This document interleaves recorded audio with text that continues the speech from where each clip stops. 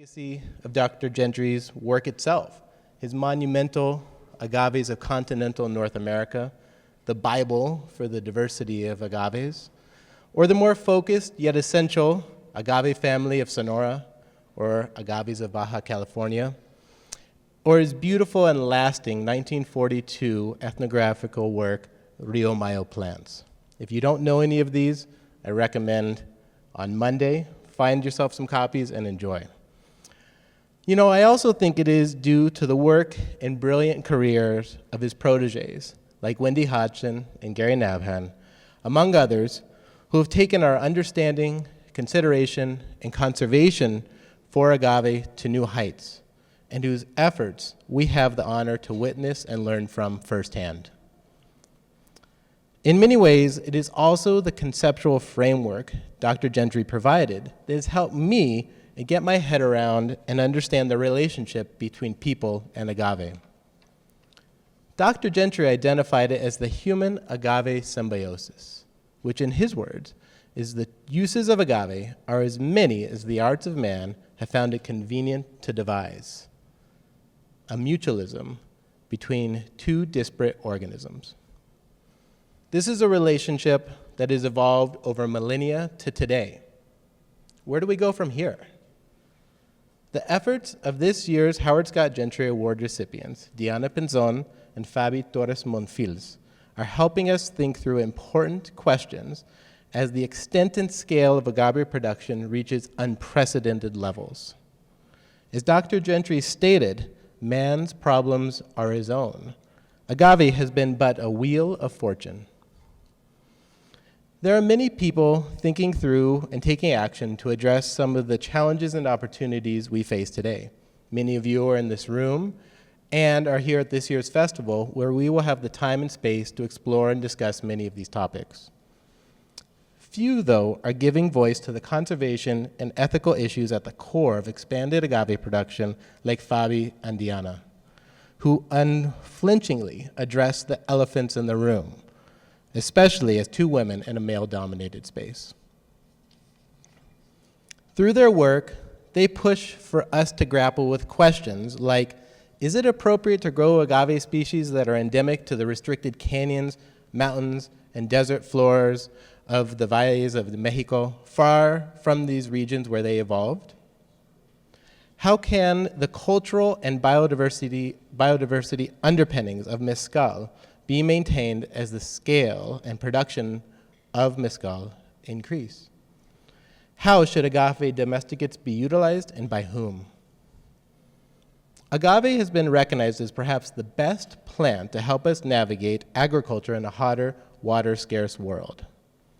This was also certainly recognized by Dr. Gentry, who spent much of his career traveling the world as an agricultural explorer for the USDA to collect useful plants, and then established his experimental farm in Murrieta, California.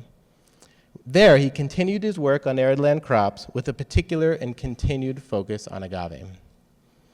There is a sense of irony and paradox here when talking about Dr. Gentry's experimental work with agaves across borders and current questions about best practices. Yet this is the world we live in, an ever-expanding space of discovery and aspiration, where there are no easy answers. It is important that we remove our blind spots, that we explore these topics, educate ourselves, and learn from one another as we navigate questions and topics together and individually. We may not all agree with what is being said or what is being done. However, it is the role of science in places like this to inform our minds and guide our steps, while upholding core principles of respect.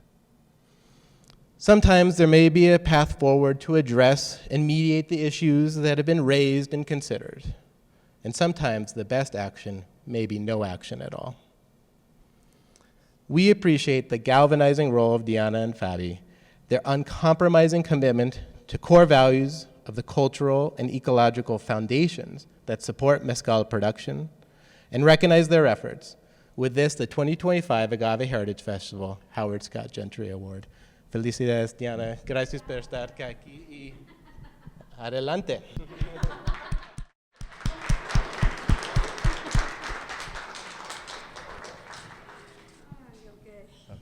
then you want to talk into them. Okay, it's okay? Thank you so much for coming. This lecture sounds better in Spanish. But I try, we'll make this in English with this accent. So sorry, but no sorry. Okay, so at the Decolonial Agave Landscape, towards the place inhabited by the agave and sotolero communities of Mexico and the border. It is impossible to talk about agaves without recognizing the territory in which they are distributed, inhabiting regions that cross the political borders of our continent. The dynamics of the production and consumption of different agave derivatives allow us to understand them as a product of wide utility, but above all, of immense cultural value for the communities that inhabit these territories.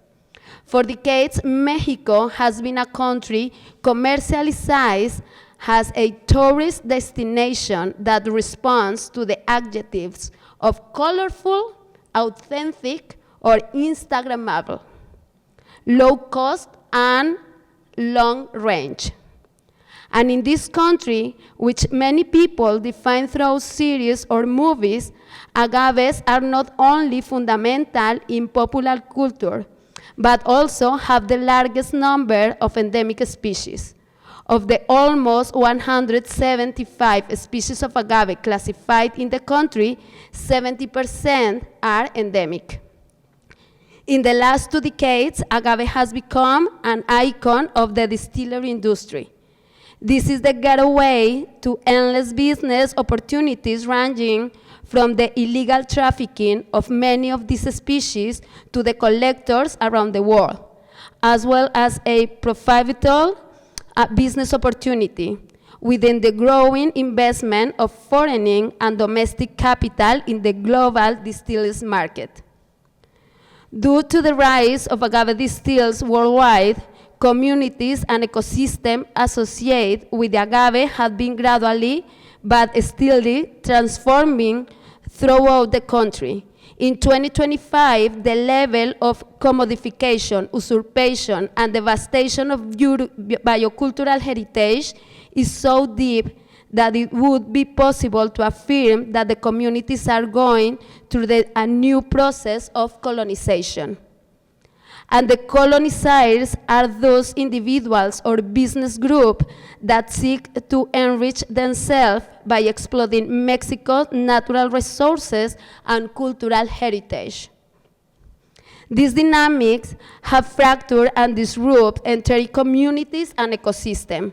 The consequences are tangible for those who want to see them today. There are enormous problems of erosion, desertification, ecological fragmentation, loss of food autonomy, and particularly evident in those autonomy and community self-management of rural and indigenous communities in Mexico. This is particularly evident in those populations with a deep connection to an experience of the ecosystem associated with agave. Why is it necessary to discuss this subject of colonization at this time? Why am I talking about it here, receiving an award for binational conservation efforts? The popularity of distills such as tequila, sotol, mezcal, wine, and other agave distills provides the answer. The rise of this beverage has directly impacted the landscapes in Mexico. It has reduced the ecosystems of low deciduous forests, oak forest, and medium sub-evergreen forest, among others, giving way to the monocultures planted by the farmers themselves, trying to respond to the market demands with bigger industry practices. This new scheme involves a high number of unpaid day labor, practices that are not responsible for the territory and human health, and low profits. Yes, for campesinos communities, the returns are minimal. This is why it is compared to the colonial scheme where the landscape is standardized and poor, while people are attached to a very few production system, many times to a single production system, the sale of agave distillates, that restrict the diversity of the community, impoverish their environment, and limit their coexistence with the territory that offered them what was necessary for a good life, among them access to water and food self-sufficient. The subjugation of agave and mezcal communities and their natural resources to a colonial and racist system that seeks the highest profits at different scales has transformed relationships with economic and political power.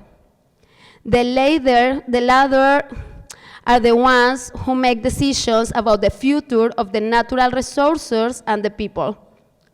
And although for many communities this may seem imperceptible, the truth is that with each passing day, there is less autonomy to decide on systems of organization, practices, use, and management of the territories and their natural resources. This is the panorama. The majority of decisions currently made in agave communities have been imposed or implemented by the rules of the market and by those who have economy and political power, who sell a very popular idea to historically impoverished and racialized population, to be entrepreneurs of the countryside.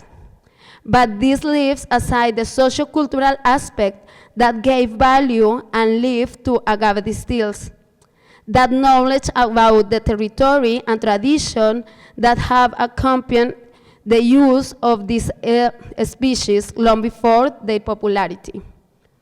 We are just beginning to talk about these subjects that are uncomfortable for all of us, and yet, it is the problematic silence that welcome and give strength to this colonialism that use the figure of agaves, sotoles, bats, with a sepia photos or a particular documentary line to sustain the false perception of conserved territories, charismatic species, or fair trade.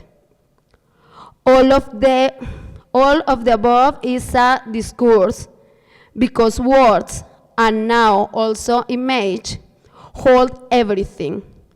It simply covers up the appropriation of knowledge of the biocultural heritage of campesinos and indigenous communities, of their natural resources and biodiversity.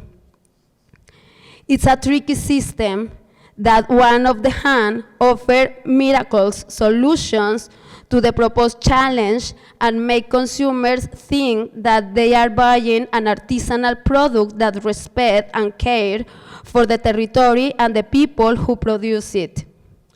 On the other hand, the same system maintains the marginalization and oppression of the communities, annulling and manipulating their understanding of the territory, ecology, their knowledge and customs.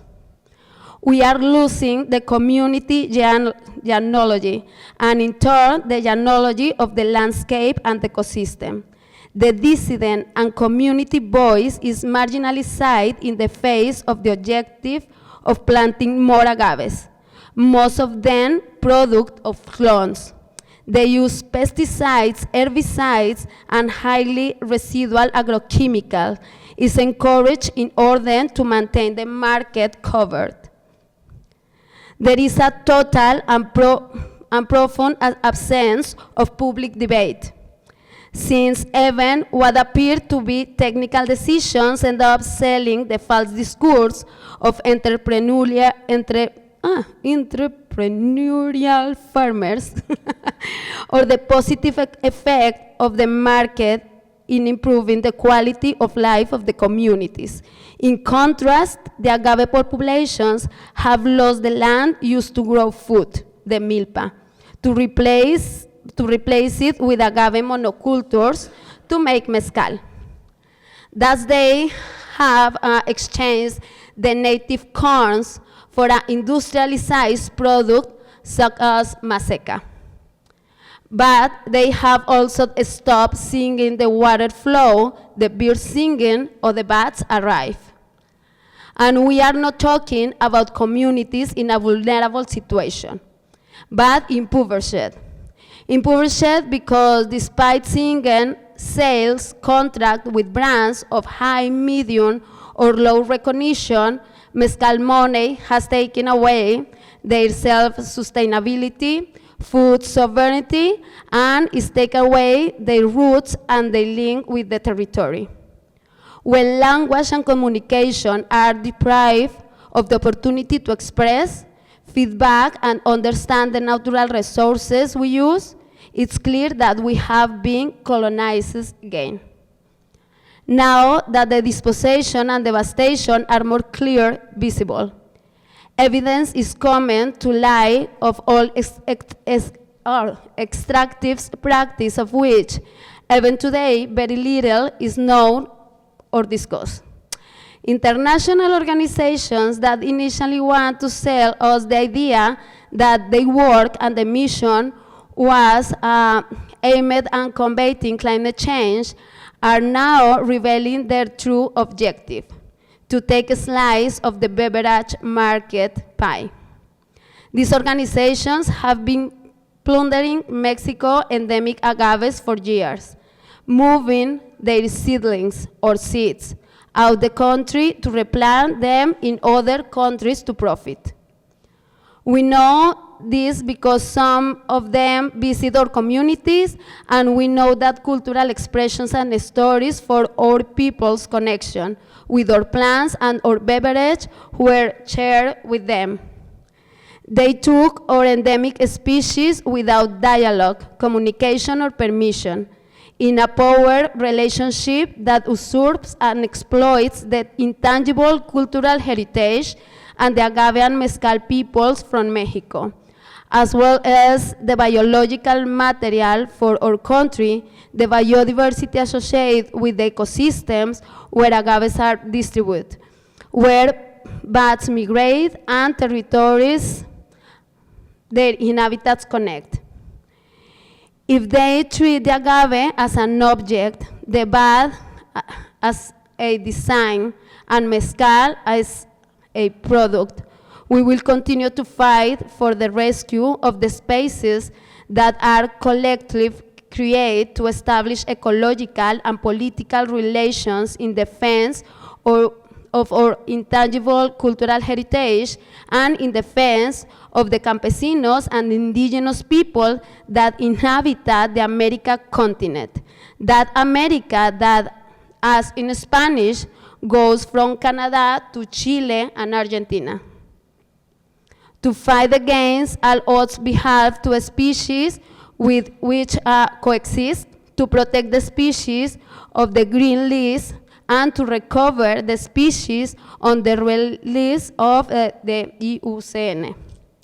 Fighting for Leptonicteris yerbabuene, Leptonicteris nivalis, Agave potatorum, Agave karwinski, Agave titanota, Agave macrocantha, Agave rhodacantha, Agave nosaviorum, Agave cupreata, Agave convalis, Agave valenciana. Finally, let us remember that there is a dignified place for the native people, for the campesinos communities, for the agaves, sotoles, and mezcaleros people from Mexico and the border, and the species that are related to and make up their ecosystems. And now, in Spanish, this is a part of poem by Isabel Ramirez from Colombia.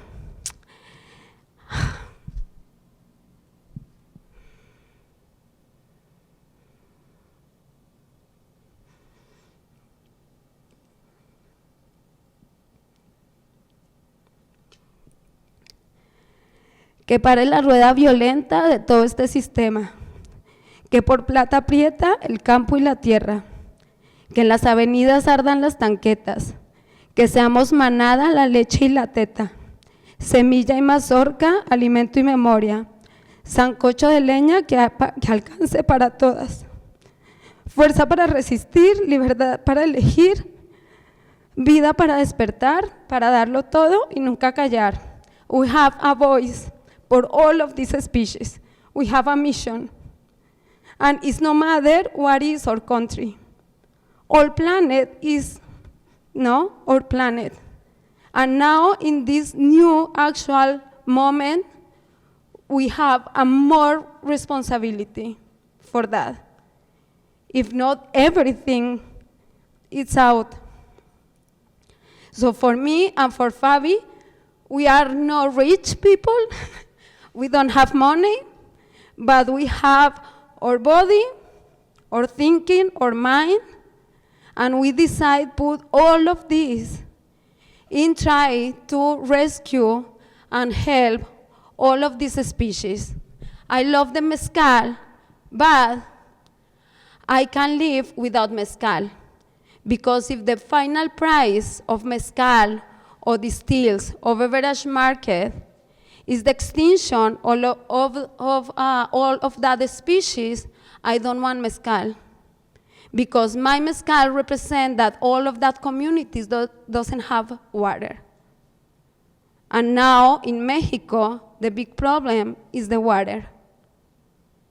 And when I thought in the bat ladies that migrate every year, Arizona, New Mexico, Texas, to Center Mexico, I say, okay, Leptonicteris nivalis is almost extinct. And for the industry, that is no matter.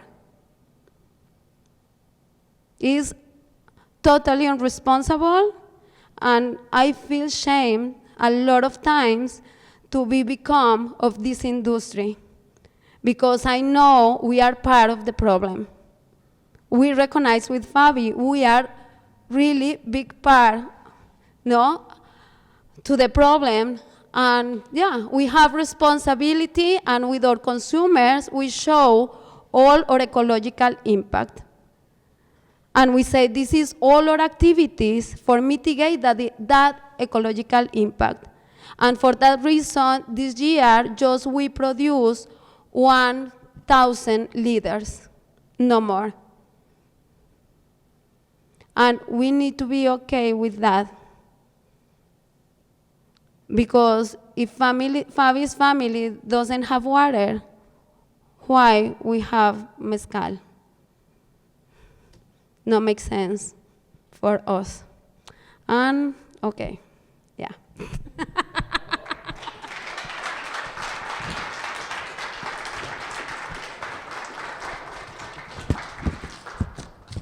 And always I cry.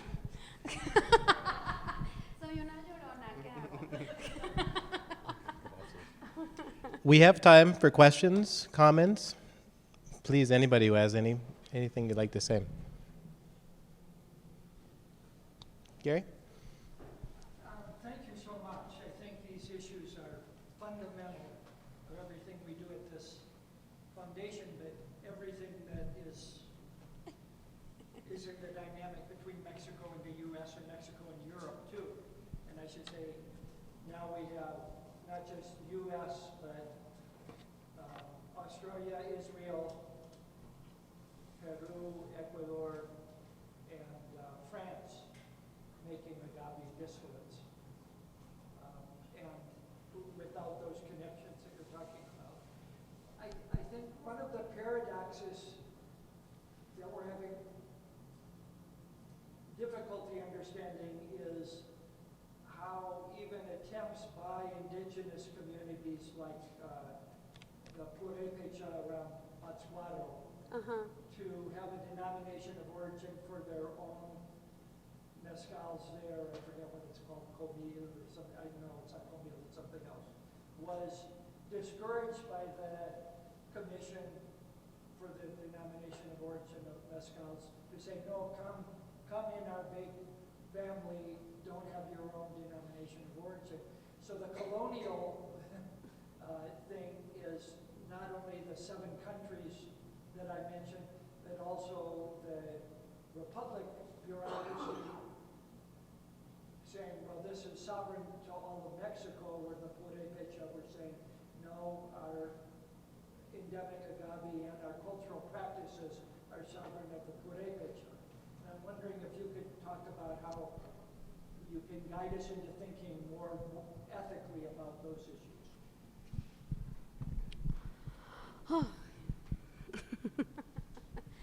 Okay, origin denomination. In Mexico, origin denomination no represent nothing, no? Yeah, because it's a very corrupt, the origin denomination born like a control, for me, control and standardize, like what means mezcal. Aha. So when you see the law about the origin denomination, it's like don't represent the diversity of the communities, that sociocultural relationships that the people has with the plants, no? So the problem now is like, okay, it's 2 bands, 2 corners. One is the part of the corner of the market that say, mezcal with origin denomination is good, responsible, blah, blah, blah, take care the communities. And others, included us, that we say, no, that is a corrupt system. But if we say we produce agave distills, that is not the answer to, is not, yeah. We are part of the problem because that doesn't guarantee that to be agave distills, you respect the community or you have a fair trade, etc. model, no? It's just about how do you want to name your agave distill or beverage. So, yeah, it's more deep for me, for that. For me, when I talk about colonialism, it's like in these 2 parts, origin denomination or not, the market control. And the market take the decision. And it's not just the transnational, it's all the model. It's no matter now the scale of the projects. Yeah. Even if a brand is a small brand, probably push the community for produce more, or for change, for example, the proof of the alcohol, or no, make or produce other type of mezcal for enter the market. So now it's no more about campesino mezcal in the majority, no? Now it's about the consumer and the market. So it's other,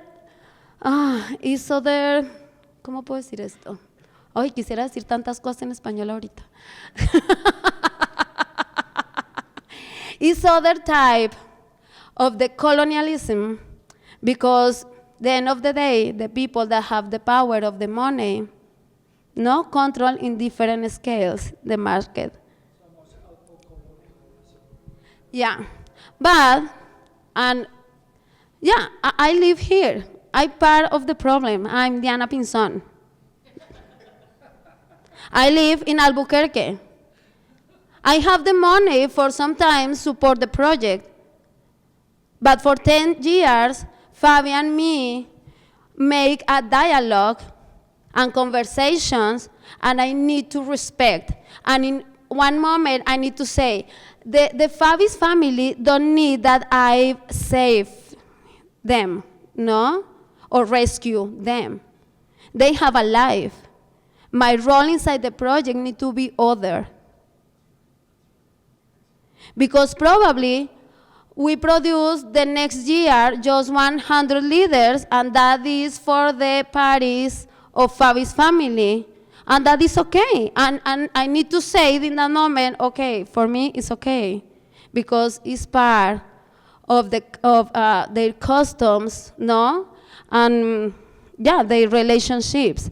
I'm a foreigner, and probably the problem is when the people, white people, I'm white, obviously,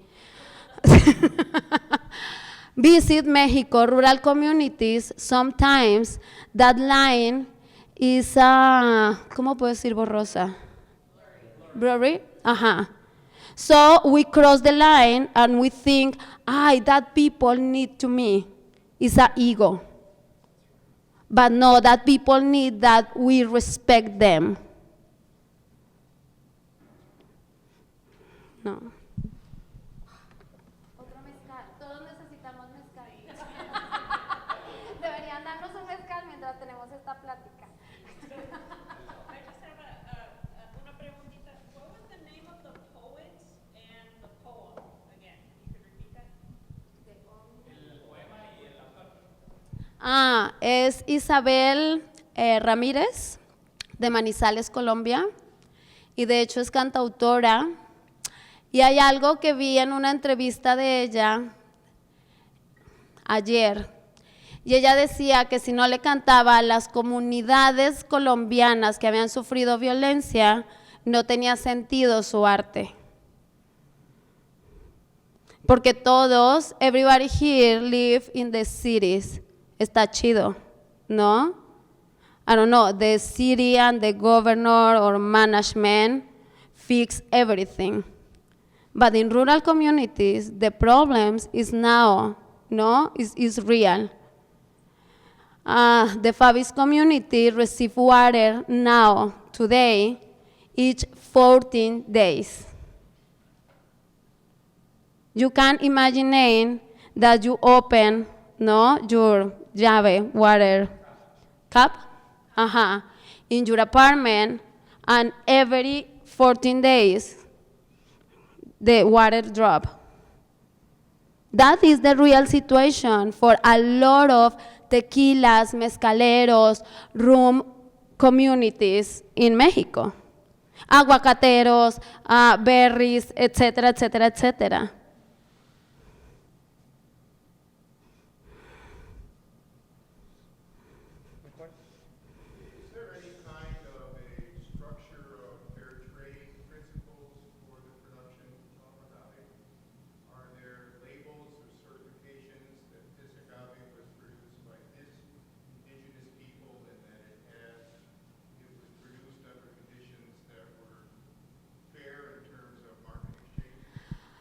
Oof.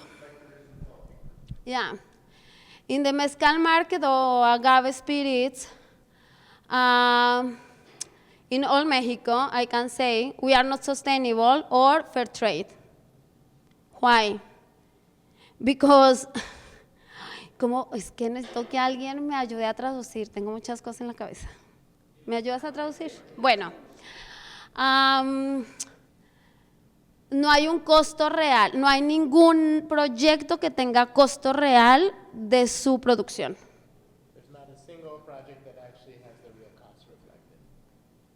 Y eso tiene que ver con que ningún proyecto está estimando lo que cuesta que tengamos recursos naturales para el futuro.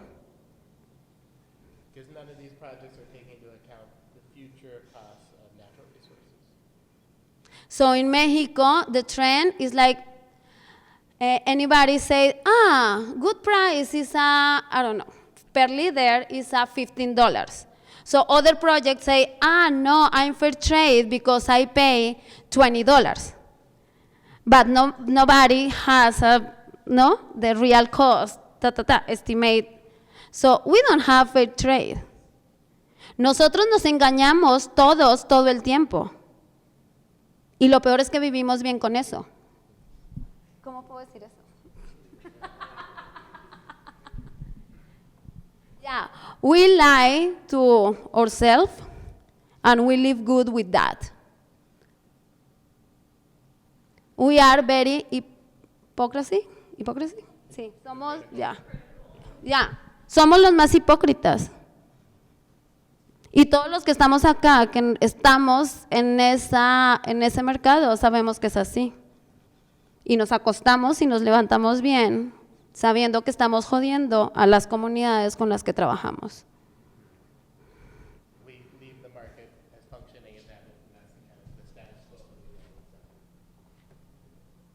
So thank you. That was a great speech.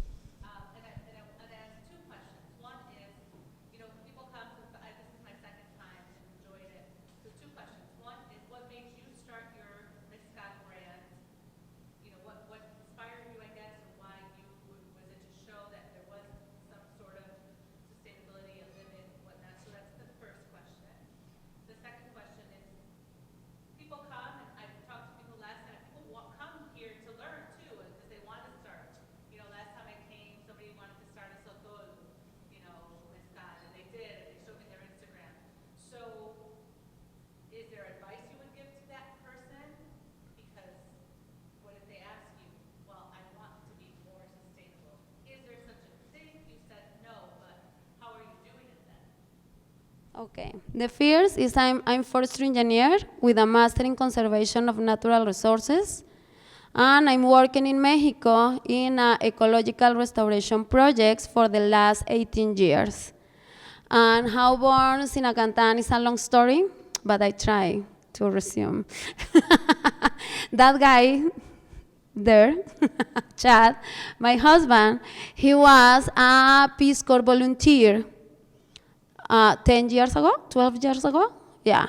So he was friend of Fabi first. And Chad was the first person that discovered that the population, endemic agaves population decreased quickly in the community San Diego, La Mesa, Xochimilcingo. In that moment, I worked for the Natural Protected Areas Commission in Mexico, in Parque Nacional Cumbres de Monterrey, Nuevo León. So I was the boss to other gringo, but in a pines problems. One day, Chad wrote me and said, okay, with Fabi, we thought about create a women group for produce agaves from seeds, but we need that people help us. So I said, okay, and I start to travel to Puebla and connect with Fabi, and we start work together until today. But in 2017, never I drank mezcal until that moment. And one day Fabi said to me, Diana, today I start the distillation in the factory of my family. I said, okay. The price for the liter of mezcal in that moment, 2014, was $3. And when Fabi showed me all process, I say, this is ridiculous. It's a hard work. You use endemic agaves. That agaves has a lot of problem because the population decrease. And your price is $3. No makes sense. And I don't know, the develop of the project is very organic, so a lot of things happen in all of these years. But one day we said, one person said me, you need to put $15,000 for marketing if you want that your market are very good. So I said, no, it's impossible. I don't have $15,000 for marketing. And we put simple rules for the project. And probably that is very good way. If you put the rules that connect with your goal, you have a route. So in our case, we don't produce for other brands. We don't sell in a bulk. We don't get mezcal to other producers. Why? Because just in that way, we guarantee of our consumers all traceability. The other thing is like of maximum production is 2,000 liters per year. But every year we reduce our production. Because always we need to make assessment about of natural resources is the first, is the most important for our project. And the other, what? Okay. Yeah, the other thing is like a lot of projects is no. Ay, ¿cómo puedo decir esto? Se me fue. Hasta en español. Está bien. No, pero hasta en español se me fue. No todos los proyectos son ejemplares, pero hay muchos proyectos que trabajan todo el tiempo para ser más responsables. Y lo que queremos decirle al consumidor es como conecta, busca esos proyectos, ¿no? Porque si esos proyectos están avanzando en el camino de ser más responsables, es mejor consumir de esos que consumir de los otros.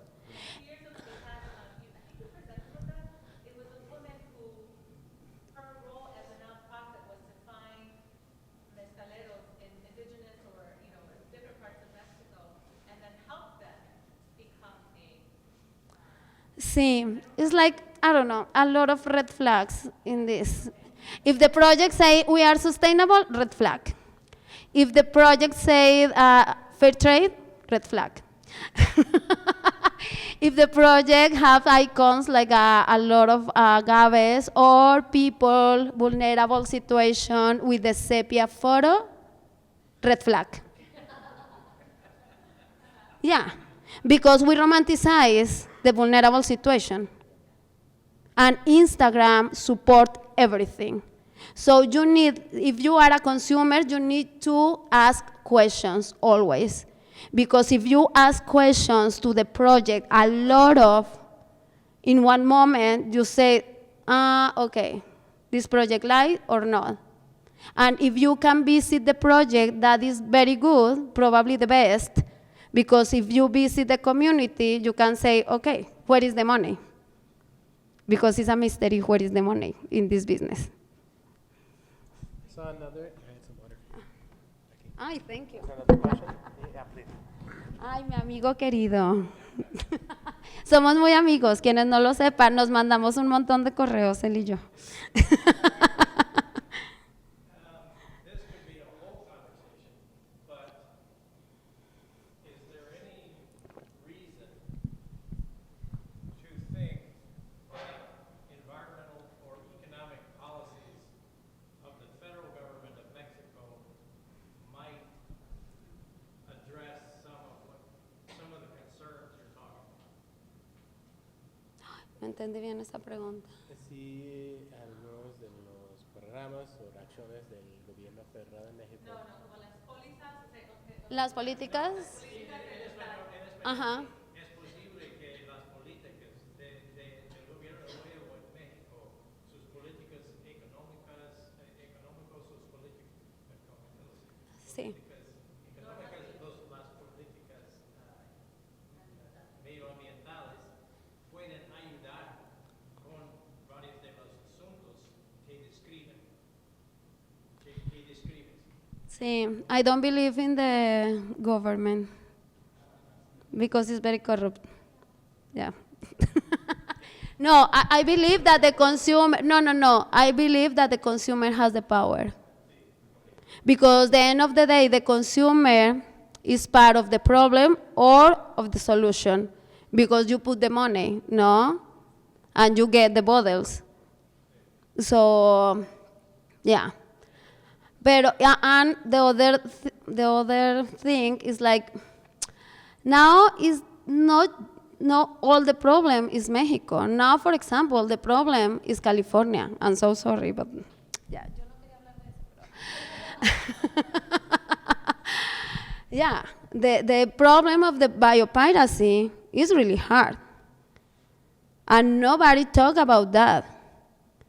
And when you talk with the farmers from California or Arizona or Texas with the sotol that growing endemic agaves, all that people say, it's not a problem.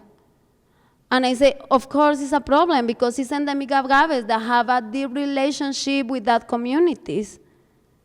And just you take that agave and growing there because you can be part of this market.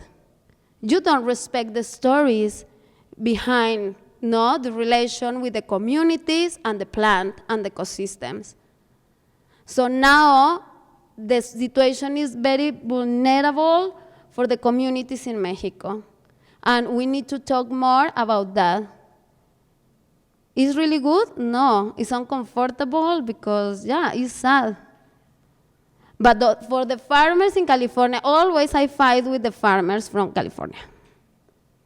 And always they say to me, no, but this agave come here 2 decades ago, blah, blah, blah. And I said, yeah, but you visit Mexico and do you have conversations with the communities? Or just you move the seeds and plants and you say, pues okay, I'm really good that this plant developed here in Sonoma, California, and everybody's good. No? No. You can move, but you need to respect. And the first step of this respect is you need to talk with the people. Because a lot of people visit the communities, look all the process, listen all the stories, take the plans, and start the project outside Mexico. So it's like they extract everything. Now the communities are in bad situation, but them make a new market, no? It's like,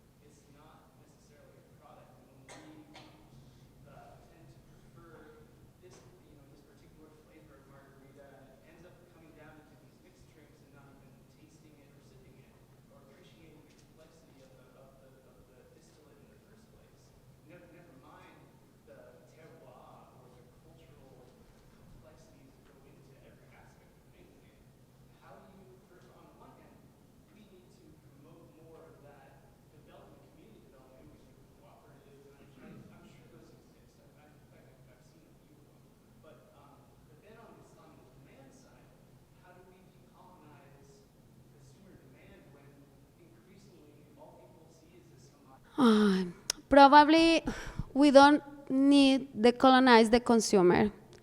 Just, and with Fabi, we start to travel for Mexico 4 years ago, visit other producers, and listen their stories, no, with our resources. And that was very important for us because we understand the situation, that the situation for a lot of people through Mexico was the same. The same problems with natural resources, on knowledge, no, about the situation or how the market works, etc. So 3 years ago, I started to write no solution, but for me was probably in that moment the only solution, and that born Fondo Agavero. Fondo Agavero is an NGO. And we look with Fondo Agavero, create the first chain of seed banks, network seed banks in Mexico, and provide free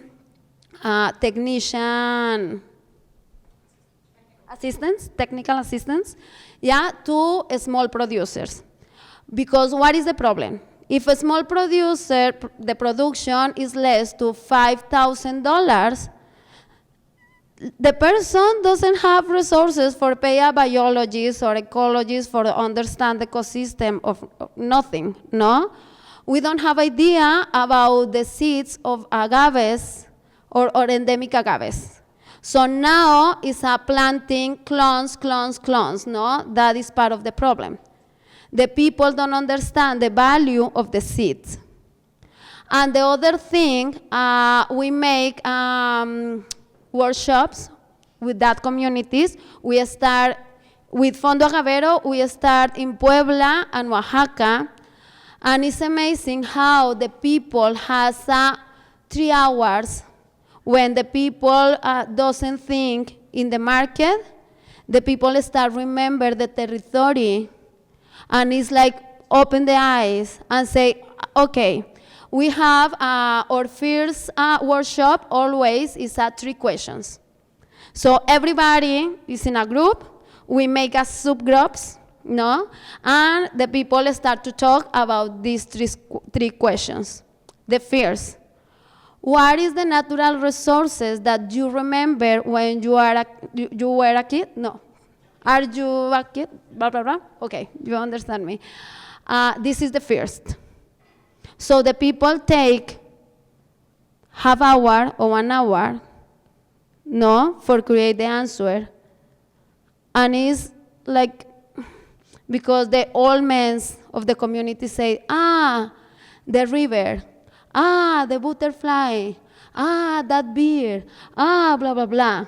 The second question, what of that natural resources doesn't exist now? No more. In our last workshop, a lot of people say the milpa. If you change food for a monoculture, because you don't have autonomy in your feeding. The third question was, what is the most important natural resources for your community and your heritage around Mezcal for the next 10 years? The people don't say agave, because agave, a lot of monocrops in Mexico. The people say water. But if you say water, that not represent that you need that for make mezcal. That represent that you don't have enough water for survive. And if you don't have water, you move. You need to migrate to the cities or here or. And if you think about that like a human being, in one moment of the conversation, we say, okay, you need about all of that for the other species like the bats? What happened with the lady Leptonicteris nivalis when the lady is pregnant and need to travel every night 50 kilometers with a baby?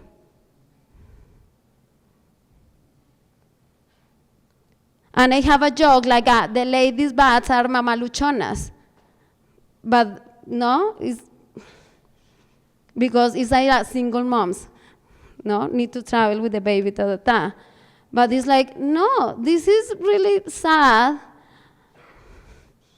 And we want to drink mezcal. Yeah, probably I'm the most anti-marketing. Sorry, Francisco. Comment and a question, but you mentioned, for instance, agaves being grown in California, and when I think of the agaves being grown in California, that's less work in Mexico.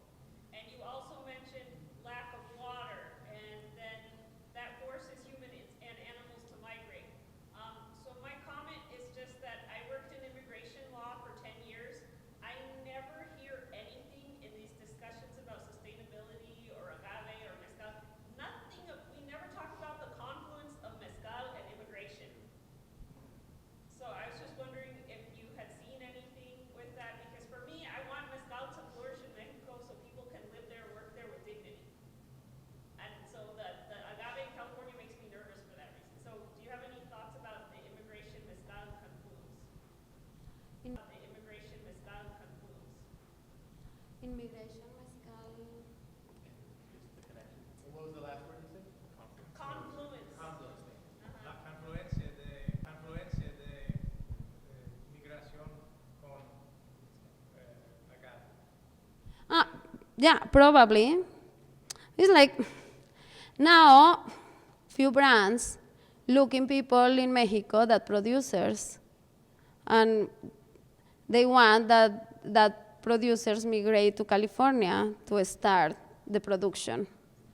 No, it's like, it's ridiculous, but in this, if you have in this industry, because it's industry, if you look the numbers, the data is huge.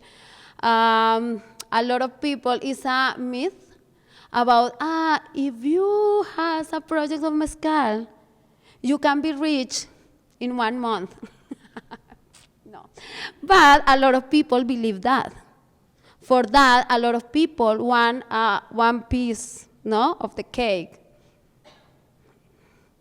And now, and so sorry, but with the new government here in USA, it's very tricky because for that Californians, they sell the idea about agave spirits from California, 100% agave. The communication is tricky because when they use 100% agave, sounds for the consumer that the product from Mexico is not 100% agave. No, it's like, it's tricks about the market. The other thing, I say them, okay, you have agave tequilana. If agave tequilana Weber is no matter for the tequila industry, it's no matter for me. You have agave americana, because the agave americana original was endemic from Mexico, but in the colonism, conquista was spread out for, all the planet. But what is the interest over the other 40 endemic species from Mexico? Why? California has, I believe, 10 endemic species. So it's like, if you sell the idea about climate change, use your own agaves. You don't need our agaves. No, but. Well, we invite you all to stay and join us for a tasting of Fabi and Diana's Zincanatan Mezcal right now. But first, before we do that, I need to give you something.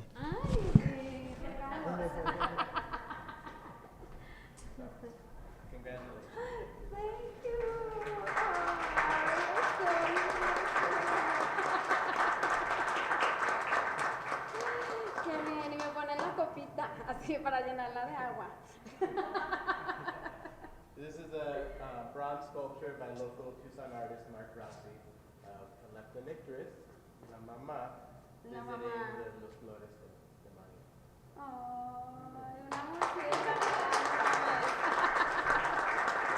Thank you all very much. Thank you so much. We'll be right back there and we can continue the conversation. Lo siento por mí.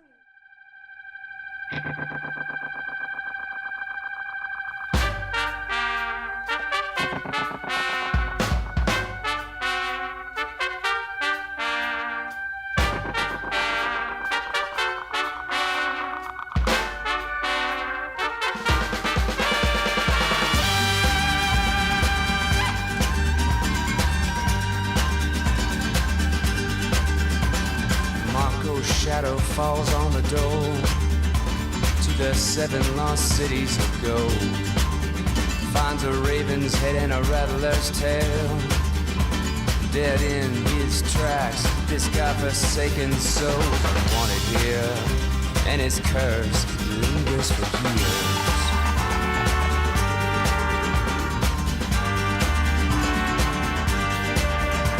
Amelia's face hides behind the mask, sweating on the TV factory line.